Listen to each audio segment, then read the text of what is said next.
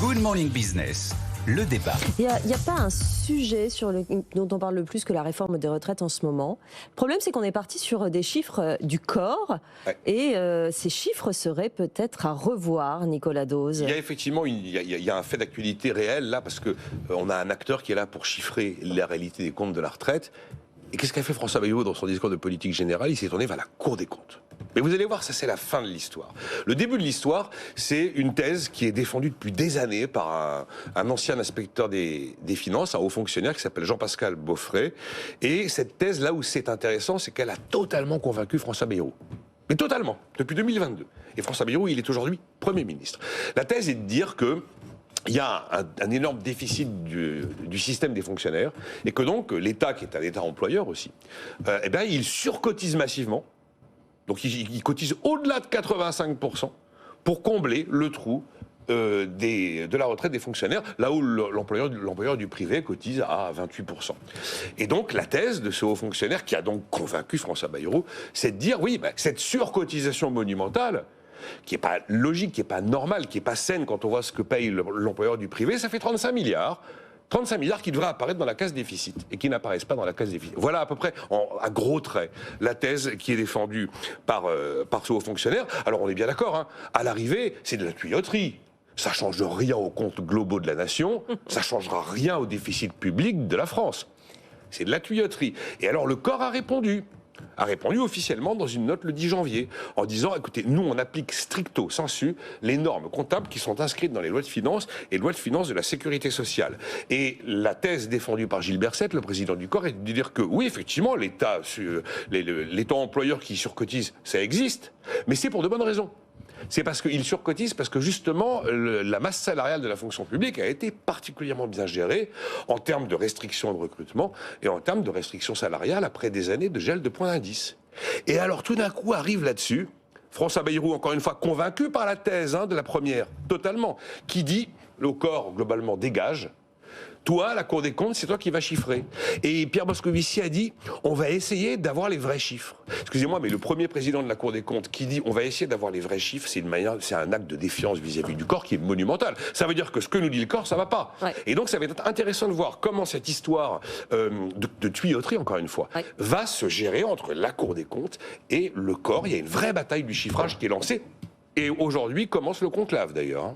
Oui, tout à fait. Voilà un peu les termes du débat. Maintenant, je laisse Jean-Marc réagir. Jean-Marc, pour ou contre les chiffres du Conseil d'orientation des retraites? Je pense que c'est l'archétype du non-événement.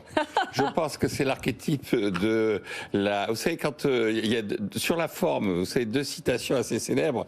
Une citation de Clémenceau qui disait « Quand on veut enterrer une décision, on crée une commission ». Donc là, on dit, on va enterrer une décision, on a un gouvernement qui est incapable de prendre la moindre décision, de prendre la moindre responsabilité, donc on va chercher la Cour des comptes. Et vous avez une autre formule que j'aime beaucoup, c'est celle d'Israëli, quand il reçoit le responsable des statistiques. Benjamin Disraeli, et il a cette formule célèbre. En politique, je connaissais le mensonge. Ah oui. Je connaissais le fiefé mensonge, mais je viens de découvrir la forme ultime du mensonge, la statistique. Et donc, effectivement, on peut faire dire tout et son contraire à la statistique. Là, c'est pas des stats, c'est de la compta. Oui, enfin, si, c'est des statistiques. Ah, non. Si, c'est des statistiques. C'est les chiffres. Bon, et justement. C'est un peu de la compta quand même. C'est dans quel cas on met tel chiffre? Oui. Là, c'est pas des pourcentages, ce sont des milliers. Mais la statistique, c'est la comptabilité nationale, comptabilité, etc. Bon, donc ça, c'est effectivement de la comptabilité, mais sur une base qui est une base organisée par la statistique. Appeler la Cour des comptes, c'est pas aberrant. Elle est responsable, effectivement, de la production des comptes de la sécurité sociale, ce que manifestement M. Moscovici ne sait pas. Donc, elle publie tous les ans un rapport sur les comptes de la sécurité sociale. Et ce que les gens ne savent pas, c'est que les comptes de la sécurité sociale sont en excédent. C'est-à-dire la sécurité sociale dégage en ce moment environ 10 milliards d'excédents. Personne note ça. Parce que non, on n'en parle pas de ces chiffres positifs, Jean-Marc. Pourquoi? Parce que la sécurité sociale a une caisse d'amortissement de la dette sociale, et donc vous avez un déficit de la vie au courant de la sécurité sociale, et puis vous avez la CRDS qui rapporte 23 milliards, et ces 23 milliards sont au-delà du déficit naturel de la sécurité sociale. Donc on a un excédent de l'ensemble bloc sécurité sociale. Alors après... Dernière remarque sur la forme, dernière citation un peu pédante. Vous connaissez l'histoire de ces religieux qui, à Constantinople, au moment où on va les voir, les Turcs sont aux portes et on leur dit qu'est-ce que vous pouvez faire. Ils disent écoutez, nous on est en train de discuter du sexe des anges, on est occupé à autre chose. Et Michelet disait, il rendait compte que ce qu'il racontait était absurde, mais que c'était une façon de fuir une réalité dramatique.